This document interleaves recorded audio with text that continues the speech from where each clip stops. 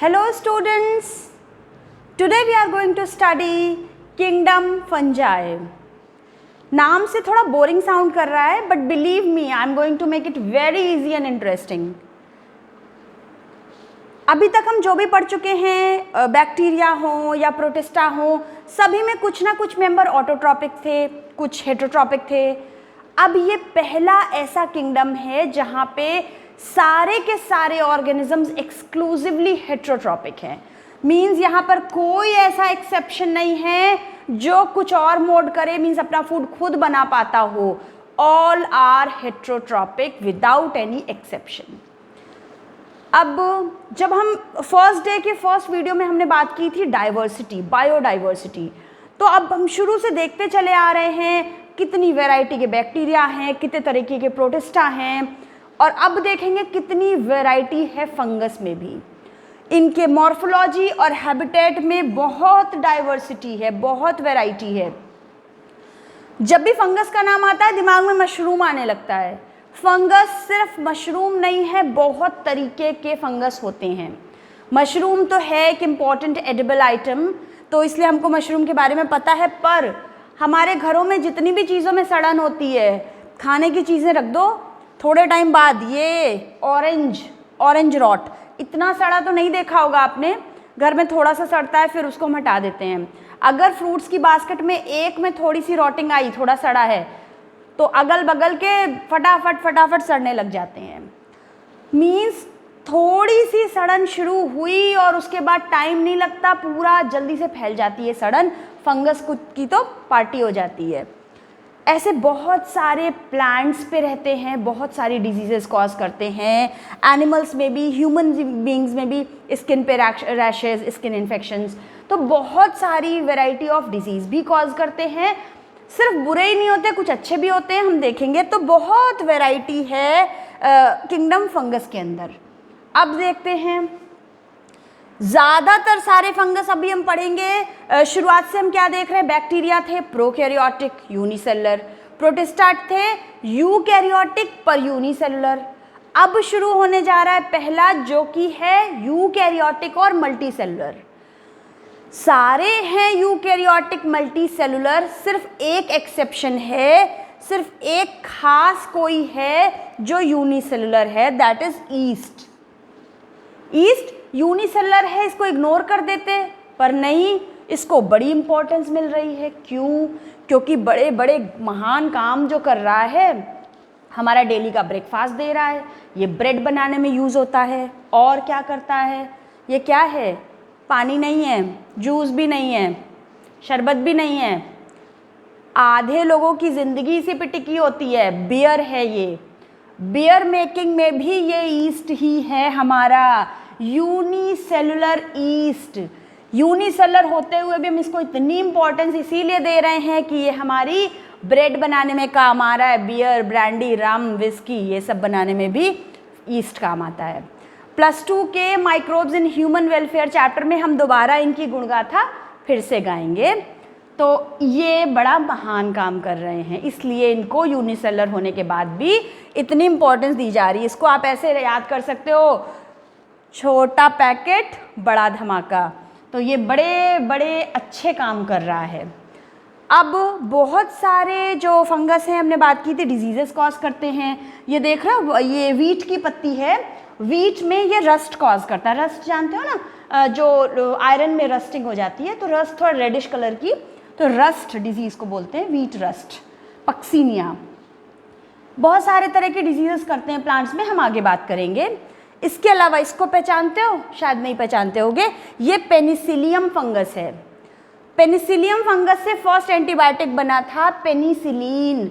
Actually बना नहीं रहे थे साइंटिस्ट पेनिसिलिन को, वो गलती से उनसे बन गया. वो बैक्टीरिया ग्रो करा रहे थे कल्चर प्लेट में, तो देखा कि कुछ गंदगी पैदा हो गई है. उस गंदगी यानी उस फंगस की ग्रोथ की वजह से बैक्टीरिया की ग्रोथ इनहिबिट हो गई है. तो ऐसे पता चला कुछ बैक्टीरिया होते हैं जो कुछ फंगस होते हैं जो दूसरे बैक्टीरियल ग्रोथ को रोक देते हैं. बन गई एंटीबायोटिक. क्या करता है antibiotic? Against bio means living organisms. कौन से? माइक्रोब्स. तो माइक्रोब्स के अगेंस्ट ये काम करती है एंटीबायोटिक. जिससे पहली कौन सी बनी थी, पेनिसिलिन फ्रॉम पेनिसिलियम नोटेटम, ये फंगस है। अब कहाँ रहते हैं, फिर वही बात, ये पूछो कहाँ नहीं रहते हैं, एयर में रहते हैं, सब जगह होते हैं। जहाँ सड़न शुरू हुई कि सब किचन में हमने खाना रखा, हम तो अपनी तरफ से सोचते हैं सब साफ सफाई है, पर पता नहीं कहाँ से आ जाते हैं। फर्स्ट स्पोर एक आया और उसने सारा कुछ सड़ा दिया और बड़ा तेजी से उनको ग्रोथ होने लग गई। तो एयर में होते हैं, वाटर में होते हैं बहुत सारे फंगस, हम देखेंगे आगे एक पिक्चर। बहुत सारे हमने देखे एनिमल्स की बॉडी पे होते हैं, स्किन इन्फेक्शंस वगैरह कॉज करते हैं, दाद खाद खुजली फंगस है। प्लांट्स में हम पहले भी बात कर चुके हैं, आपके घरों में फ्रूट्स होते हैं, तुरंत सड़ा देते हैं, थोड़ा सा भी बस फ्रिज में रखना भूल गए, सारा कुछ सड़ गया। आप अचार बनाते हो, आप पहले उसको अच्छे से धूप लगा लेते हो। कोई भी चीज़ आप ऐसी रखते हो, किचन आइटम्स, तो उसको स्टोर करने वाली चीज़ों को आप अच्छे से ड्राई कर लेते हो। क्यों? क्योंकि ज़रा सा भी मॉइस्चर कंटेंट हुआ, ज़रा सा भी ह्यूमिड और वार्म कंडीशन मिली, बस फिर हो गई ये फंगस की पार्टी। तो बहुत जल्दी ये सड़न शुरू करते हैं। कहाँ अच्छे से ग्रो कर सकते हैं, इनका फेवरेबल कंडीशन क्या है, वार्म एंड ह्यूमिड प्लेसेस। बारिश के दिनों में देखो चीज़ें कितनी जल्दी सड़ती हैं। ठंड में जो खाने की चीज़ें 2 दिन फ्रिज के बाहर रखी रहती हैं, कुछ नहीं होता, वो बारिश के दिनों में देखो कुछ घंटों में ख़राब हो जाती हैं। क्यों? उनको फेवरेबल कंडीशन मिल गई, वार्म और ह्यूमिड प्लेसेस। इसीलिए गर्मियों में फूड आइटम्स को रेफ्रिजरेट करना बहुत ज़रूरी है। रेफ्रिजरेटर में रख के वो सेफ हो जाती हैं, हम उसको microbial means bacterial and fungal growth से, इन्फेक्शन से बचा सकते हैं। अब हम पहले भी बात कर चुके हैं कि ईस्ट अकेला फंगस है जो यूनिसेलुलर है। यूकैरियोटिक यूनिसेलुलर, एक सिंगल सेल का है और ये अच्छी वाली ट्रू न्यूक्लियस है इसमें, और बाकी सभी सेल ऑर्गेनल्स हैं, बढ़िया सा यूनिसेलुलर है ईस्ट, याद रहेगा। बाकी सारे हैं मल्टी सेलुलर, सभी हैं मल्टी सेलुलर। मल्टी सेलुलर में ये फिलामेंटस होते हैं। अभी ना बहुत ज़्यादा टिश्यू या ऑर्गन लेवल का ऑर्गेनाइजेशन नहीं हो रहा है, सिंपल मल्टी सेलुलर में ये फिलामेंट फॉर्म कर लेते हैं। ठीक है, फिलामेंट कैसे आपको दिख रहा है इस स्ट्रक्चर में, कैसे, ऐसे करके फिलामेंट बना हुआ है। इस फिलामेंट को कहते हैं हाइफा, एक सिंगल को कहते हैं हाइफा और बहुत सारे यहाँ पर दिख रहे हैं आपको ये हाइफे, इसमें ई लगा देंगे स्पेलिंग में तो प्लूरल बन जाएगा हाइफे, सिंगल है हाइफा। अब इस हाइफा के नेटवर्क को, हाइफा ऐसे सिंगल थोड़ी ना होता है, जहाँ भी ग्रो करते हैं पूरा बंच होता है, तो इस हाइफे के नेटवर्क को कहते हैं माइसीलियम। ठीक है, ये है माइसीलियम, हाइफे का बंच, सिंगल, ये फिलामेंट जो सिंगल सा है वो है हाइफा। अब हाइफा भी 2 तरीके के होते हैं, हम देखेंगे कैसे कैसे होते हैं। ये जो हाइफा होते हैं एक्चुअली इसके अंदर बहुत सारे न्यूक्लियस होते हैं। आपको वैसे तो क्लियर पिक्चर में दिख रहा है, फिर भी मैं बताती हूँ। जो हाइफा है ना, यहाँ पर साइटोप्लाज्म भरा हुआ है, ठीक बात, यहाँ पर बहुत सारे आपको न्यूक्लियस दिखाई दे रहे हैं। न्यूक्लियस तो दिख रहे हैं आपको, पर यहाँ पर आपको न्यूक्लियस के बीच में कोई पार्टीशन नहीं दिख रहा है, कोई वॉल नहीं दिख रही है। ये कैसे तरीके के हैं? एसेप्टेट सीनोसिटिक, सीनोसिटिक का मतलब मल्टी, इरेज करूँ मैं, ये कंडीशन है। यहाँ पर आपको पार्टीशन दिख रहा है क्या? नहीं, ये सेल्स नहीं है, बस एक ऐसे हाइफा में साइटोप्लाज्म है, साथ में बहुत सारे न्यूक्लियस है। ये मल्टी न्यूक्लिएटेड स्टेज है। मल्टी न्यूक्लिएटेड स्टेज को कहते हैं सीनोसिटिक, याद रखना नाम, सीनोसिटिक। ठीक है, सीनोसिटिक क्यों कहते हैं? यहाँ बहुत सारे न्यूक्लियाई पड़े हुए हैं। इस कंडीशन को हम एसेप्टेट भी कहते हैं। सेप्टा क्या होता है? पर्दा, बीच का पार्टीशन। अगर इसके बीच में पर्दा होता, सेप्टा होता, तो ये सेप्टेट बन जाता। जैसे कि ये यहाँ पर देखो, वही पर्पल कलर के न्यूक्लियस है, पर यहाँ पर आपको सेप्टा दिख रहा है, ये अच्छे से बड़ा दिख रहा है सेप्टा, तो इनके बीच में पार्टीशन बना दिया। ओके, इनके बीच में बना दिया हमने पार्टीशन। अब एक सेल के अंदर एक ही न्यूक्लियस है ना, यूनिन्यूक्लिएट हो गया ये, और ये है सेप्टेट, खास वर्ड है इसके लिए सेप्टेट, और इसके लिए एक वर्ड हम यूज कर लेंगे एसेप्टेट, कर लें। जब भी किसी वर्ड के आगे ए लग जाता है मीन्स एब्सेंट, सेप्टा एब्सेंट, तो दिस इज सेप्टेट हाइफी और this is aseptate coenocytic Haifa. Multi nucleated है, बिल्कुल क्लियर है। ये इतना अच्छे से समझा दिया, इसलिए बार बार हम इन टर्म्स को आगे यूज़ करेंगे जब हम अंदर फंजाई के क्लासेस पढ़ेंगे, तो डोंट गेट कन्फ्यूज्ड, बिल्कुल क्लियर है ये। अब ये देखो, आप देख सकते हो ये मशरूम है आपका फेवरेट वाला। मशरूम में क्या होते हैं, बहुत सारे हाइफे आपको दिख रहे हैं, बहुत सारे हाइफे, नेटवर्क ऑफ हाइफे है माइसीलियम। ये हाइफे का स्ट्रक्चर इस तरीके से जब हम सेल वॉल की बात करते हैं, अब तक आपको याद हो गया होगा कि फंगस में स्पेशल तरह की सेल वॉल है, क्या नाम है उसका, काइटिन। बैक्टीरिया में सेल वॉल अलग थी, प्लांट्स में सेल वॉल अलग है, फंगस में सेल वॉल बिल्कुल अलग काइटिन की बनी हुई है, अच्छे से याद रखना है। काइटिन एंड पॉलीसेक्राइड की बनी हुई सेल वॉल है फंगस में। न्यूट्रिशन की बात करें, हम सभी मीन्स हम ऑटोट्रॉपिक, भगवान ने कुछ ऑर्गेनिजम्स को बहुत सुपर पावर दी है। प्लांट्स कितनी बड़ी पावर है कि बैठे बैठे जादू से बस उनका खाना बन जाता है। सोचो कितना ग्रेट अचीवमेंट है उनके लिए। पर बहुत सारे बेचारे ऐसे हैं जिनको अपना खाना दूसरों से मांगना पड़ता है, मीन्स प्लांट से मांगना पड़ता है, एनिमल से मांगना पड़ता है, हम सभी को मांगना पड़ता है ना खाना। ये भी हेट्रोट्रॉपिक है, इनको भी मांगना ही पड़ता है। हम लोगों में कैसा है, हेट्रोट्रॉपिक में हम लोग होलोजोइक हैं। क्लास 10th में आप पढ़ चुके हो, पैरासिटिक, सैप्रोफिटिक, होलोजोइक, नाम सुने हैं ना सारे।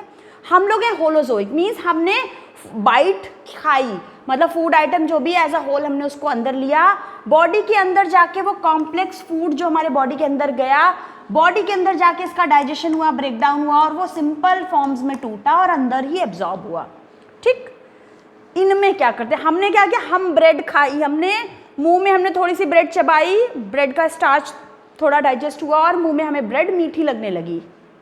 ये लोग कैसे करते हैं आप इमेजिन कर सकते हो, इन्होंने बाहर थूक दिया, थूक में एंजाइम है, वो एंजाइम ने फूड को बाहर ही बाहर डाइजेस्ट किया, बड़े आराम से ये लोग बैठे हैं, आलसी लोग, ठीक, और बाहर ही बाहर फूड डाइजेस्ट हो रहा है, इनको कोई मतलब नहीं है, बस इन्होंने तो थूक दिया।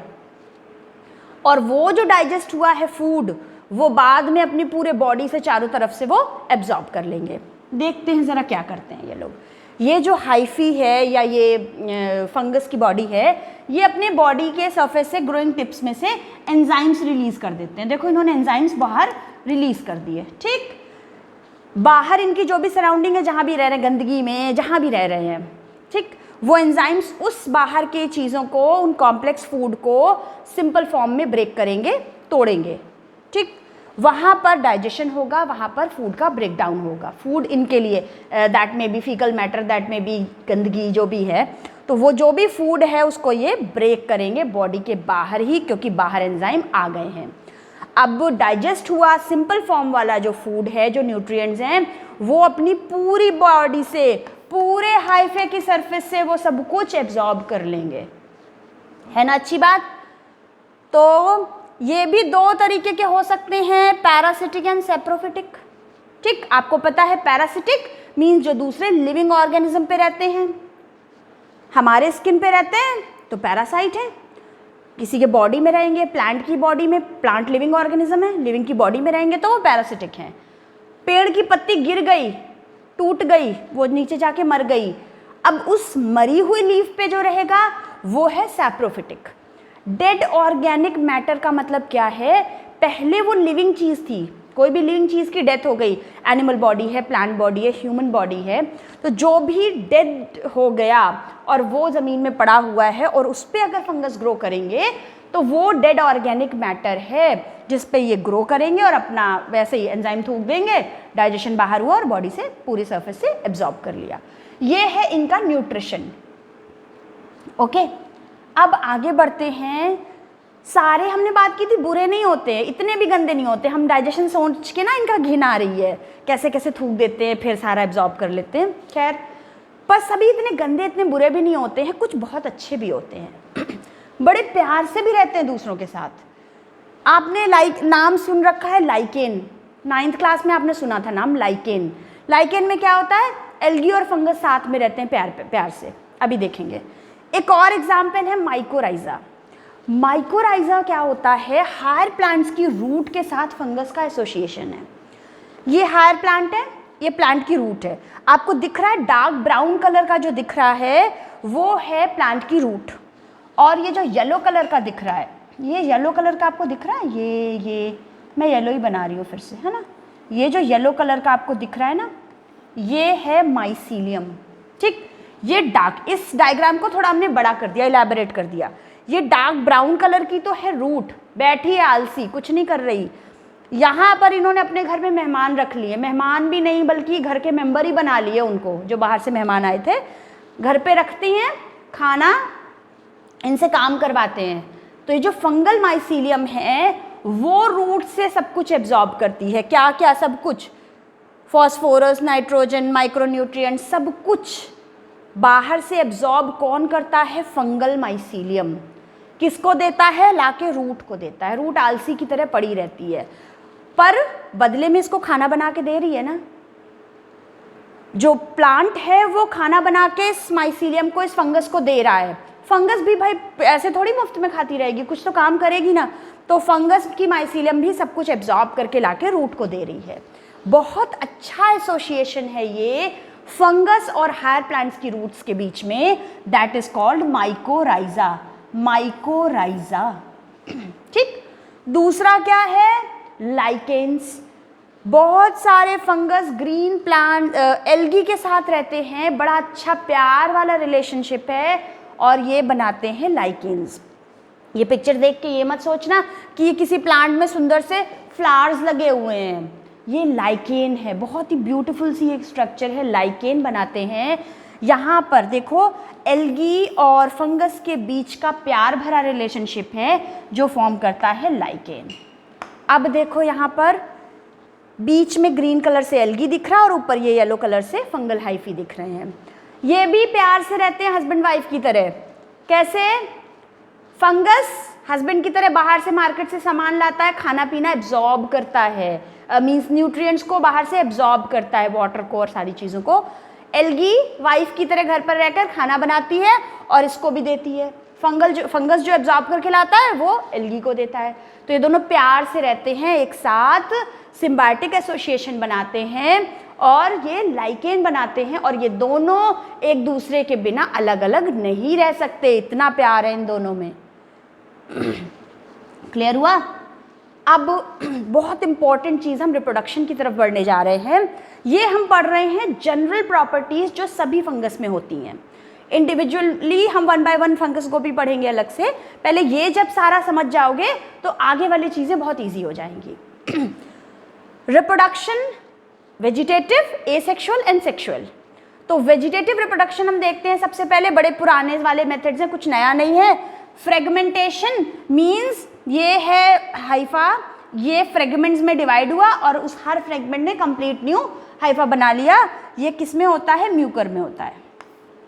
ठीक है, म्यूकर आप आगे जाके नाम सुनोगे, म्यूकर में होता है। तो ये फ्रेगमेंटेशन हुआ। फिशन क्या हुआ? बाइनरी फिशन, याद है ना हम? तो ये है ईस्ट की सेल जो कि 2 इक्वल हाफ्स में डिवाइड हो गई, that is fission, binary fission हो गया। फिशन।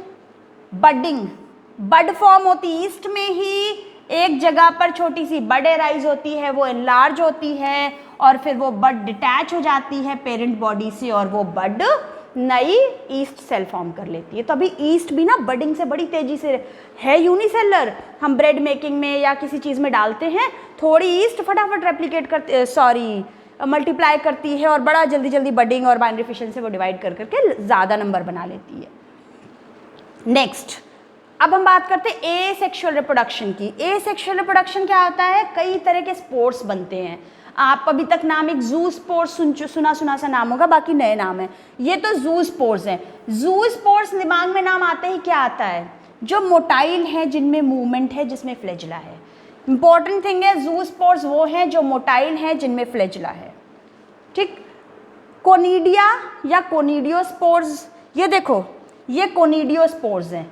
ठीक है, ये कोनिडियोस्पोर्स दिख रहे हैं, ये कोनिडियोस्पोर्स हैं और ये जो बॉडी है ये कोनिडिया है, कोनिडियोस्पोर्स बन रहे हैं।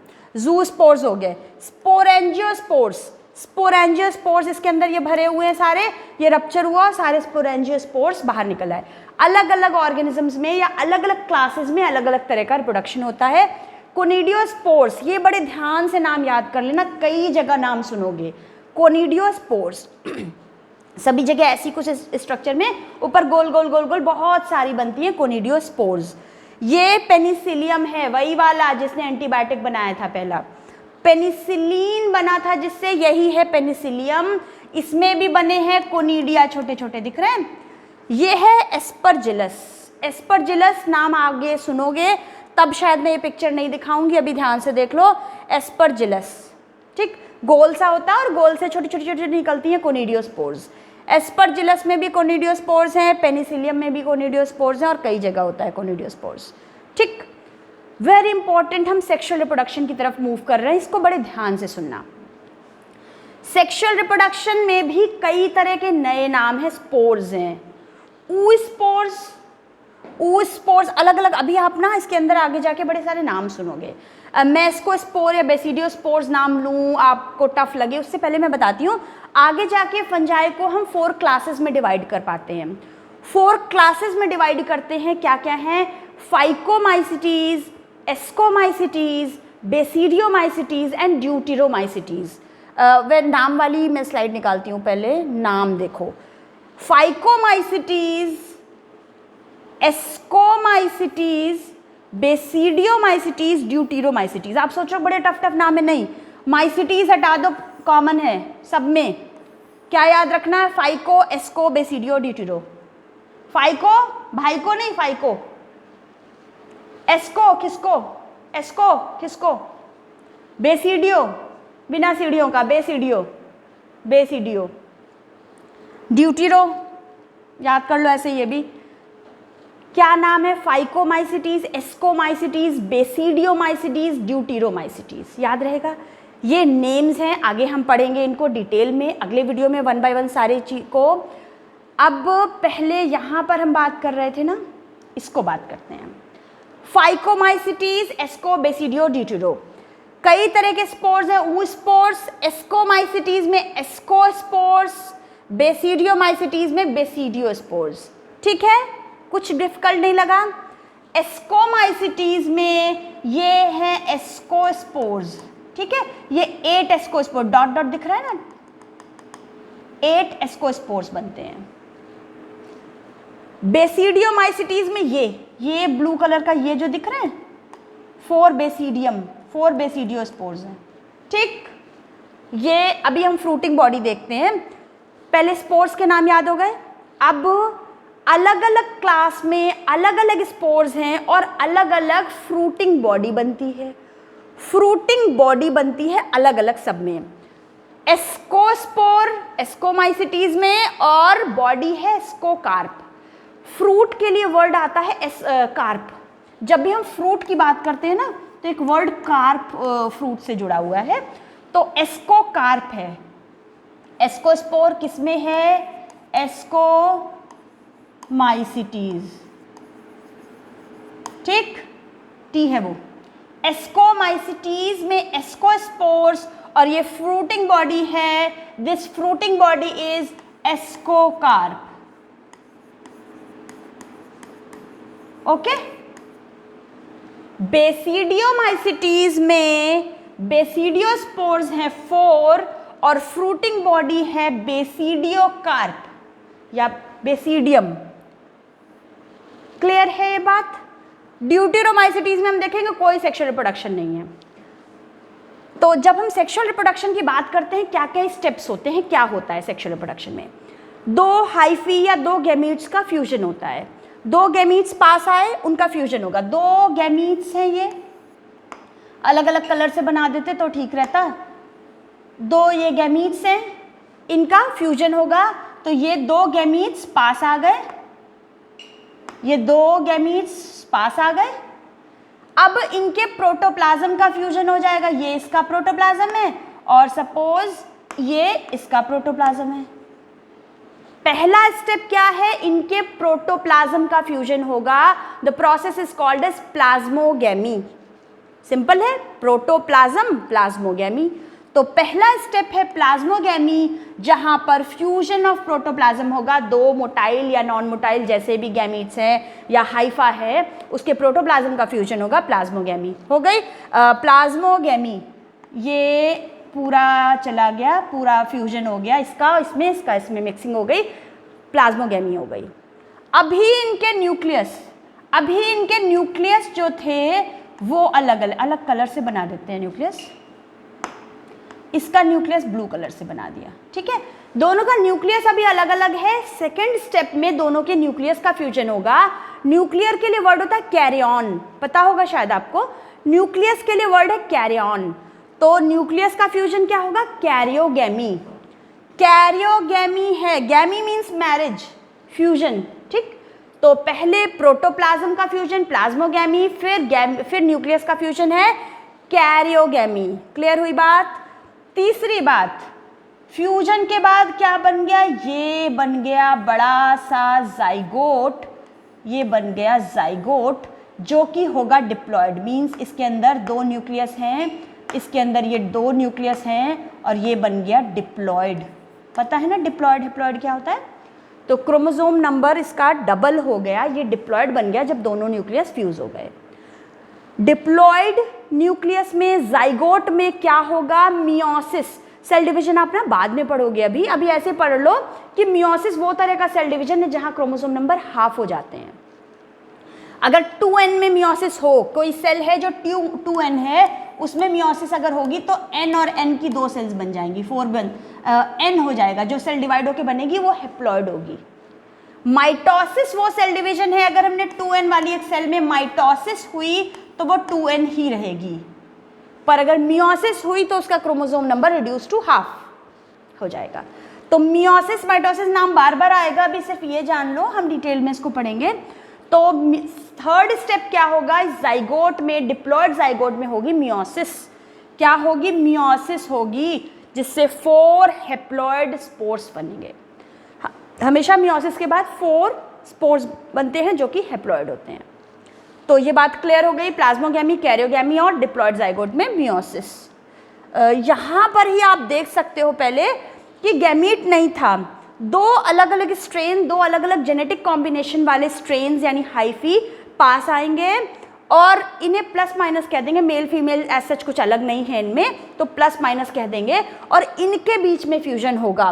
पहले होगा प्लाज्मोगैमी, फिर होगा कैरियोगैमी और बन जाएगा डिप्लॉयड जाइगोट। जब डिप्लॉयड जाइगोट, यहाँ पर देख लिया कि दो हेप्लॉयड हाइफी में मेटिंग होगी और ये दोनों हाइफी पास आए, यहाँ पर हो रही है प्लाज्मोगैमी, फिर हो गई कैरियोगैमी। अब एक और चीज़, कई बार क्या होता है कि प्लाज्मोगैमी तो हो गई, पर कैरियोगैमी से पहले एक ऐसी स्टेज आएगी कि दो अलग अलग न्यूक्लियस थोड़े टाइम तक एज इट इज पड़े रहेंगे। This condition is called as dikaryon. कई बार ये ऐसी कंडीशन फॉर्म करेगी कि यहाँ पर यू कैन सी रेड और ब्लैक, दो अलग अलग न्यूक्लियस एज इट इज थोड़े टाइम तक यहाँ पर रुके रहेंगे, पड़े रहेंगे। दिस कंडीशन इज डाइकैरियन या dikaryotic stage.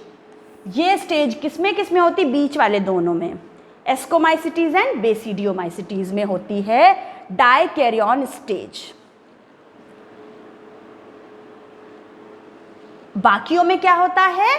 Diploid cell form हो जाती है इमीडिएटली, ठीक। जैसे ही प्लाज्मोगैमी हुई तुरंत ही कैरियोगैमी हो गई और डिप्लॉयड सेल फॉर्म हो गई।